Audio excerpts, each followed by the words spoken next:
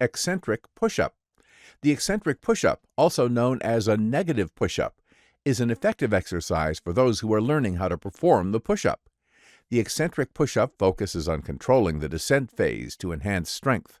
Start by getting into a plank position with your hands placed slightly wider than shoulder-width apart, fingers pointing forward. Lower your body towards the ground as slowly as possible to maximize the eccentric contraction. Push back up to the starting position and repeat for the desired repetitions. Many muscles take part in the eccentric push-up. The pectoralis major and anterior deltoid contract eccentrically and also control and restrain shoulder horizontal abduction. The triceps brachii contract eccentrically and also control and restrain elbow flexion. The serratus anterior contract eccentrically and also control and restrain scapular retraction. The abdominal muscles stabilize the trunk. The quadriceps femoris stabilize the hip and pelvis and prevent it from flexing.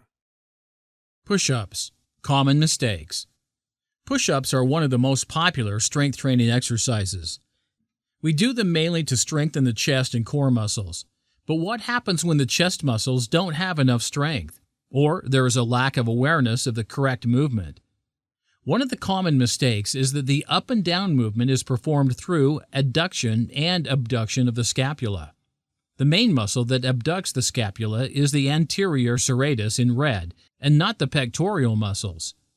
Note that the arms remain almost straight throughout the movement. So what is the correct movement?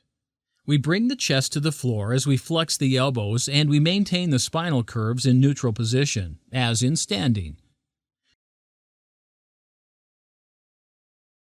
Below, we see the common mistake of straight arms and movement through the scapula.